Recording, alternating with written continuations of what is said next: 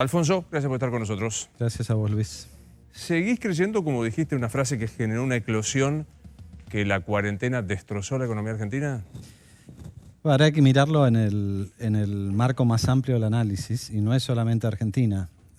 La realidad es que el virus no es como una guerra que destruye valor económico y destruye fierros y destruye capital social. El virus ataca naturalmente, y sabemos todo lo que hace, y no voy a explicarlo yo. La tuvieron recién a Florencia, que lo explica mucho mejor. Lo que está afectando a la economía es la reacción de los gobiernos para tratar de evitar el impacto de ese virus. Y es el encierro frente al virus y no el virus el que afecta a la economía. Y entonces mi reflexión es, cada país sabe hasta dónde puede encerrar a su población, que es, como lo explicaba recién, yo lo veía fuera de cámara a Florencia, es la solución más primitiva es que nadie salga, ¿no? Indefinidamente, hasta que aparezca la vacuna. Si además es indefinidamente, es absolutamente insostenible, ¿no? Entonces, cada país tiene recursos de más o de menos para afrontar eso. Hay países que tienen ahorros, como el caso más conocido es el de Noruega, que tiene el equivalente a $200.000 por habitante guardados, porque bueno, ellos tienen el ingreso del petróleo, ¿no? Entonces hay países que tienen muchos ahorros o países que tienen recursos fiscales o que tienen la credibilidad de pedir prestado. Bueno, nosotros no estamos en ninguna de esas categorías. O sea, es una hipótesis de laboratorio para que no te digan, estás diciendo esto. Si tuviéramos que decidir cuántos días de cuarentena tenemos en base a nuestros ahorros, sería 0. Bueno, no sería 0 porque, como se nos ha explicado, en algún momento había que frenar el virus, ¿no? O la curva. Yo lo que digo es, y tuve que recurrir a alguna frase fuerte, porque me parece que no hay nadie pensando, no veo a nadie en el gobierno pensando en el día después del virus. Ni siquiera el día después de la cuarentena, pero pensemos el día después del virus. ¿Qué va a quedar después del virus, ¿no? Entonces hay que recordar que cada día que estamos encerrados es un día que se pierde mucha producción, y que además, otra cosa que nadie dice, ¿no? La cuarentena es muy regresiva en el siguiente sentido. Los que podemos trabajar desde casa somos unos privilegiados. Ustedes pueden trabajar desde el estudio también. Pero hay muchísimos argentinos, hay millones de argentinos que no tienen esa posibilidad. O sea, más golpea a los que menos tienen. Absolutamente. Te doy un ejemplo para no hablar todo el tiempo de Argentina y después volvemos a Argentina. Y esto es algo que mencionó el presidente en su última conferencia de prensa. El informe de empleo de Estados Unidos en abril. Estados Unidos perdió 20 millones de puestos de trabajo en un mes. Ahora, en ese mes en el que cayó dramáticamente el empleo, subió el salario promedio. ¿Y cuál es la explicación? Que los que perdieron esos 20 millones ganaban mucho menos que el promedio. Entonces los que quedaron empleados... De los que quedaron activos, claro, claro, o sea, perdieron el trabajo los que menos ganaban. Por lo tanto, el índice se mejora. Exactamente. Pero te doy más dimensiones. Y yo creo que se ve con mucha claridad. Yo veo los chicos en casa, que están conectados a su programa de su colegio y que están todo el día con una rutina, ¿no? Ahí también tenés la brecha digital. No son todos los hogares que pueden darse el lujo de tener a sus chicos porque no tienen la computadora, porque tienen el teléfono solamente de la madre, porque entonces eso se va también abriendo, esa brecha, a medida que atravesamos la cuarentena. Está claro. ¿Cómo lees, sin ánimo de polémica, pero es objetivamente, el presidente dijo, nos traen Suecia como ejemplo, los que endeudaron como nunca endeudaron a Argentina, dejaron el parate económico más grande de la historia y una inflación galopante? No sé quién propone Suecia, honestamente, así que no puedo responder esa pregunta. Bueno, pero... Lo escuché al presidente, pero no... Sí, pero cuando el presidente decía, vienen a hablar, creo que estaba hablando, de hecho es información, no opinión. Sí. Está muy molesto con tus declaraciones que hiciste en La Nación, diciéndote esto, che, se fueron con la deuda externa más grande, dejaron inflación, recesión, y nos dicen cuál es la receta. ¿Qué te pasa con eso? Me pasa esto, me pasa que en esa misma semana el Ministerio de Economía me puso a mí en un video entre los que apoyaba al gobierno a la negociación de la deuda. Entonces, El problema no es mío, el problema es del gobierno, que para algo cree que tengo autoridad moral cuando acompaño, y si critico no tengo autoridad moral. Y me parece que eso no es democrático. ¿Qué querés que te diga? Eso es lo que me pasa. Me parece que tenemos todos el derecho de opinar, ¿no? Y que Alberto Fernández también participó de un gobierno que tiene muchos problemas y que en un momento se despegó y ahora de vuelta está con Cristina. Entonces me parece que esa retórica o esa hipocresía de a vos te banco si me acompañás y a vos te critico y te descalifico si no me acompañás, discutamos argumentos. Esto es lo que está faltando ahora. Y me parece que esto es lo que es otra grieta que se está profundizando. ¿Tiene modelo económico el gobierno de Alberto Fernández? Sigo un segundo con lo anterior, Sí, claro. porque hay varios episodios de esta semana que requieren un análisis más profundo, ¿no? Uno es el enojo del presidente. Creo que su capacidad de liderazgo es una y es otra según se muestre enojado y según se muestre más abierto a la discusión, ¿no? A escuchar. Hoy, por ejemplo, hubo un informe del Banco Central. El Banco Central, vayamos un segundo a la institución. Después vemos cómo es la emergencia. Pero institucionalmente, ¿qué dice la ley, la Carta Orgánica del Banco Central? Dice que el Banco Central es un organismo independiente del Poder Ejecutivo, ¿no? El Banco Central publica un informe donde dice la fuga de capitales durante el macrismo, ¿no? ¿Y cómo se explica eso? ¿Por qué elige justo 4 años?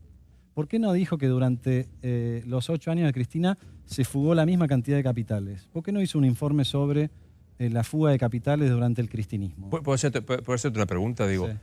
ahí volvemos al tema ideológico más que de argumentos. ¿Se fugaron o no se fugaron la cantidad de miles de millones en la gestión de Mauricio Macri? Los mismos que se fugaron durante la gestión de Cristina.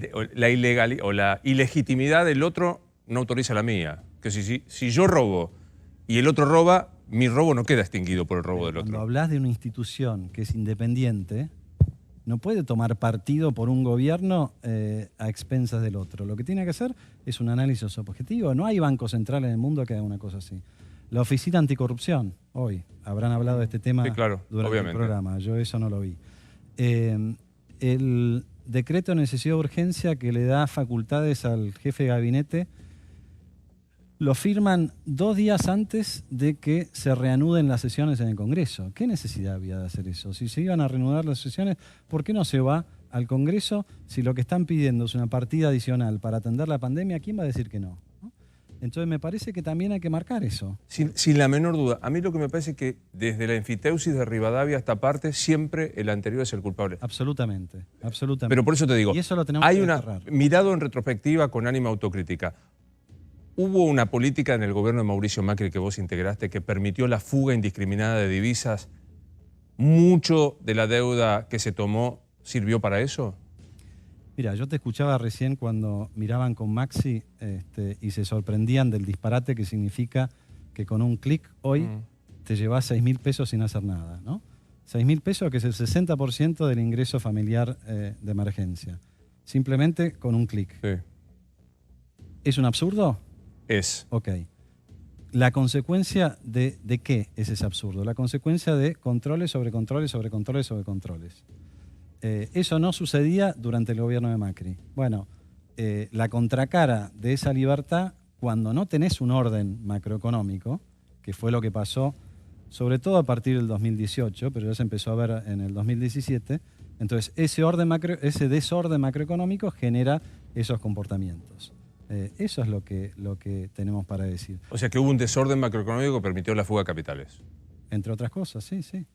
La misma fuga de capitales que sucedió durante los 2 gobiernos de Cristina. Si querés lo vemos ahora. Digo, Sí. a mí lo que me Pero complica digo, es así. Bueno, se fugó con Cristina, nos fugamos con nosotros, pero no era que nos iban a fugar, o sea, sino ¿cuándo es que...? Pero son 2 ideologías distintas y el resultado es el mismo. Esto es lo que quiero transmitir. No estoy hablando de la historia, ellos tuvieron la culpa, nosotros no la tuvimos. Lo que digo es, el problema es mucho más complejo.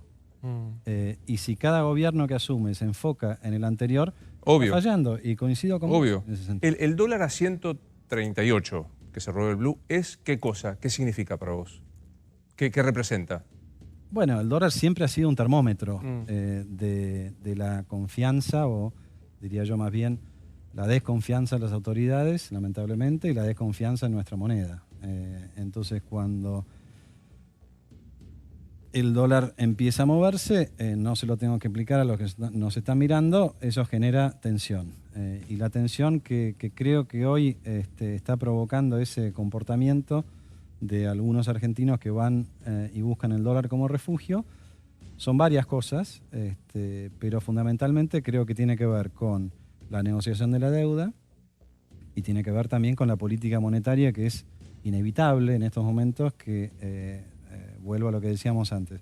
Hay países que tienen los recursos, otros países no los tienen. Argentina no los tiene, tiene que atender, porque eligió el camino de la cuarentena, tiene que encontrar la manera de que esa cuarentena no sea tan costosa, no tiene recursos, emite para contenerlo. A mí eso no es un problema, digamos. Creo que el orden de... Que se emitan no es un problema. No es un problema que se emita hoy, Sí. es un problema que no haya un programa para que nos expliquen cómo se van a absorber esos pesos el día de mañana. Es la gran imagen de, ante el incendio, el agua, no se mira dónde, pero hay que pensar en cómo desagotar ese agua. Y honestamente, visto desde afuera, no veo a nadie que esté pensando en esa dimensión. Me parece que hay muchos bomberos, sí, pero no hay demasiado que estén pensando cómo reconstruimos el día después. Estamos condenados al default. Te leí muy atentamente porque dijiste, creo que hay que hacer una propuesta, no quiero que caigamos en el default, apoyaste la idea de la negociación. Hoy, con la propuesta hecha rechazada y la actitud de los acreedores, ¿estamos condenados al default necesariamente? No, no estamos condenados, estamos en medio de una negociación que es a cara de perro, donde cada uno trata de sacar su tajada y donde nos equivocamos y pensamos que esto es Heidi y su familia, digamos. Acá cada uno juega a fondo. A mí me tocó la oportunidad, cuando fui ministro de Economía, resolver el default del gobierno anterior. No hablo de historia, no hablo de historia. Y nos tuvimos que sentar, no solamente frente a buitres, porque ellos no eran bonistas, eran buitres, sino que esos buitres tenían además un fallo firme de la justicia que había elegido en su momento Argentina, que era la justicia de Nueva York, a su favor. Y bueno, también tuvimos nuestros 2 meses de tira y afloja hasta que llegamos a un acuerdo.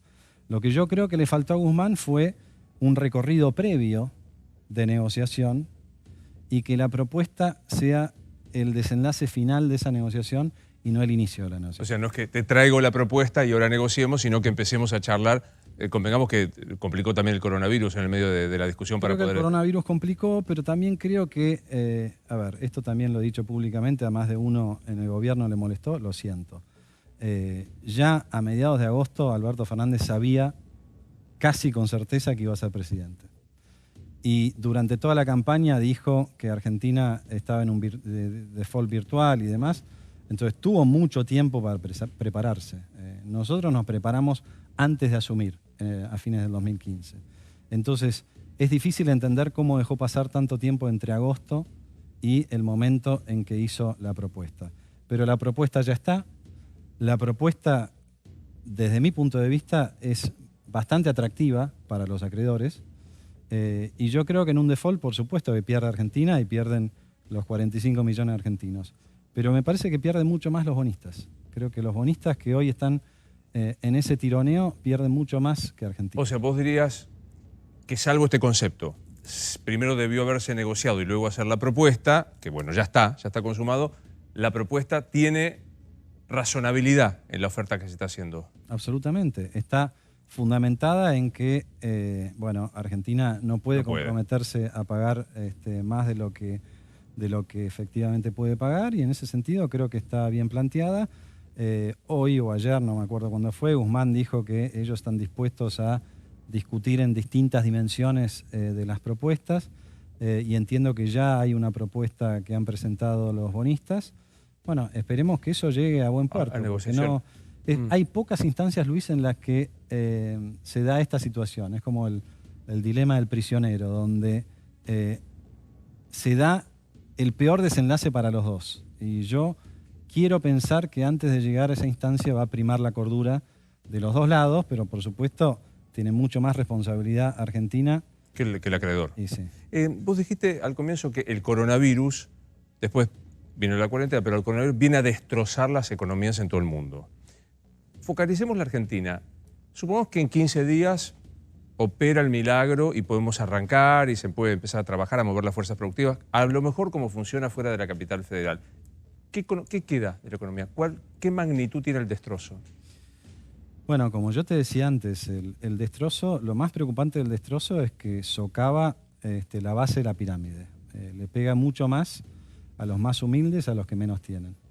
A los argentinos y argentinas que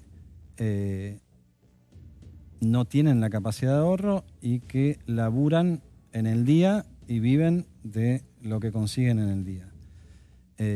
A todos esos trabajadores, dejarlos fuera de combate durante 2 meses tiene un impacto tremendo. Y no es cierto tampoco que todos los programas que ofreció el gobierno están siendo efectivos. Cuando vos mirás en detalle el ingreso familiar de emergencia, recién pasaron 2 meses desde que lo anunció Guzmán, el 23 de marzo, y recién cobraron un mes la mitad de los beneficiarios. Entonces, hay cerca de 9 millones de personas que en el último mes no tuvo ningún apoyo, ¿no? Con las pymes pasa lo mismo. Hay un informe de CAME que hace un muy buen análisis de qué respirador recibieron las pymes y bueno, en las distintas categorías te da que con suerte el 25% de las pymes está siendo atendida de la manera en que dijo el gobierno que las iba a atender, ¿no? Entonces, todo eso va rompiendo capital social y horadando capital social, y la pregunta que hay que hacerse es, una pyme que no le alcanza la caja para atravesar la cuarentena, ¿qué le pasa después, ¿no? Y la otra pregunta es si después de la cuarentena, las cosas que no consumimos durante la cuarentena, una vez que volvamos a la normalidad, vamos a querer consumirlas. O ya pasó el tiempo y queremos consumir otras cosas. Y bueno, es muy distinto si es una empresa de servicios o es una empresa que fabrica bienes, ¿no? La empresa de servicios, no sé cómo te las arreglás vos con la barba. ¿Cómo se ve? Pésimamente mal. Yo también con una tijerita, sí. Bueno, o el pelo, el corte de pelo que no me hice hace 2 meses, bueno, ya está, ya no me lo voy a hacer, ¿comprendés? Claro. Entonces, esa es la dificultad que tenemos hacia adelante, no solamente en Argentina, en todo el mundo, porque es imposible imaginarse que una empresa se prepare para que de golpe alguien le diga durante 2 meses no puedes producir. No, obviamente. Déjamelo así. Por eso era tan importante ir saliendo de a poco de la cuarentena. Y por eso me alegró mucho escucharla a la doctora Florencia Can decir que no hay otro camino más que ir probando y viendo. Saliendo. Sí, que la cuarentena que parece la más protectora para siempre es imposible, sí, desde cumplimiento. Ahora sí, déjame hacer un poquito de historia. ¿Das clases? ¿Estás dando clase vos? No estoy dando clases. No estás dando clases. Bueno, imagínate que estás dando clases y un alumno te pregunta, económicamente, la gestión de Mauricio Macri, desde el punto de vista económico, ¿fue una buena, regular o mala gestión? Bueno, los resultados no fueron buenos. O sea, no hace falta ser un profesor para darse cuenta, ¿no? Y en particular fueron muy malos a partir de la decisión de ir al Fondo Monetario Internacional, ¿no? Que la verdad que yo todavía no me la explico cómo se llegó a esa decisión. Una mala decisión ir al fondo. Sí, claro. No hay ningún antecedente en Argentina, por lo menos, de un desenlace feliz de un programa del Fondo Monetario Internacional. Y yo fui muy crítico cuando se ofreció ese programa y cuando el gobierno insistió en ese programa, y tuve también la oportunidad de criticárselo a los propios funcionarios del fondo. Pero bueno, miraron otra cosa. Tenían la idea de que para bajar la inflación había que dejar de emitir, un poco como una cuarentena, si querés, monetaria. Billetes, claro. Y bueno, y vimos que sucedió exactamente lo contrario. O sea, en el multiple choice, ¿qué le pones? ¿Mala, buena, regular y mala la gestión de Macri? Bueno, me parece que terminó mal, no hay ninguna duda de que terminó mal. ¿Cuánto operó la soberbia, corro por mi cuenta, de Marcos Peña para que la gestión económica fuera mala?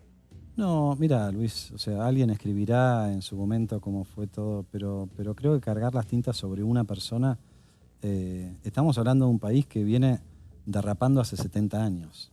Esta es la realidad, ¿no? Argentina tiene hoy el mismo ingreso promedio que tenía hace 12 años. Ahí te estoy englobando varios periodos de gobierno, ¿no? Sí. Si Argentina en los últimos 40 años le hubiera ido como Uruguay, no estoy diciendo ninguno de los países estrella que se te puede ocurrir, si le hubiera ido como Uruguay, hoy tendríamos el doble del ingreso que tenemos. Entonces, para medir un poco el deterioro de los últimos 50 años, ¿no? Entonces, cargarle eso a una persona, sí creo, algo que podemos decir es que el formato de gestión de Macri desde el inicio era un formato que no llevaba muchas chances de tener éxito, por lo menos en lo económico. Todos los ministerios abiertos, todo atomizado. Parcelado, claro. Sí. Y me parece que en alguna medida Alberto Fernández comete el mismo error, ¿no? Déjame que ahora lo ampliamos, algunos compromisos comerciales y seguimos charlando. Sí. Quiero, para después del corte, hablar de esto que si es en algún aspecto de la conformación del gobierno, del gabinete económico, Alberto se parece a Mauricio, lo hablamos después de la pausa. ¿Hay una atomización también en el gobierno de Alberto de la gestión económica? Sin ninguna duda, sí, sin ninguna duda. Tenés muchos actores diferentes y en eso sí se parece al arranque de Macri. Quizás en nuestra gestión no se notaba tanto porque las primeras urgencias de aquel gobierno estaban casi todas en cabezas del Ministerio de Hacienda y Finanzas. Entonces daba la impresión de que la cosa estaba más coordinada. Pero la paradoja fue que cuando resolvimos esas urgencias, después empezaron los problemas. Y creo que un poco se nota eso ahora, ¿no? Guzmán es un ministro de deuda, si querés. Claro. No se mete en ningún otro tema. Y bueno, y después está, por supuesto, el ministro de Producción y está Cecilia Todesca. Y bueno, eso, en general, lo malo que tiene eso es que es un embudo que termina en el presidente. Termina siendo el presidente. Entonces eso le mete una presión innecesaria al presidente. ¿Es un buen ministro de Economía? La diferencia, si querés, la comparación que preguntabas, es que Alberto fue mucho más cuidadoso en la distribución de los ministerios en función del aporte de cada sector político. Macri en su momento dijo, bueno, gané con una coalición que era Cambiemos, pero gobierna casi exclusivamente el PRO, con algunas excepciones. Alberto fue mucho más equitativo en la distribución. Bien. No sabemos, digamos, el resultado final de eso, ¿no? Bueno, me queda todavía un bloque más para hablar de Martín Guzmán, tu sucesor. Después de la pausa. ¿Es un buen ministro, Guzmán? Hubo dos sucesores, ¿no? Entre Guzmán y yo, digamos. Quiero aclarar esto. Está claro.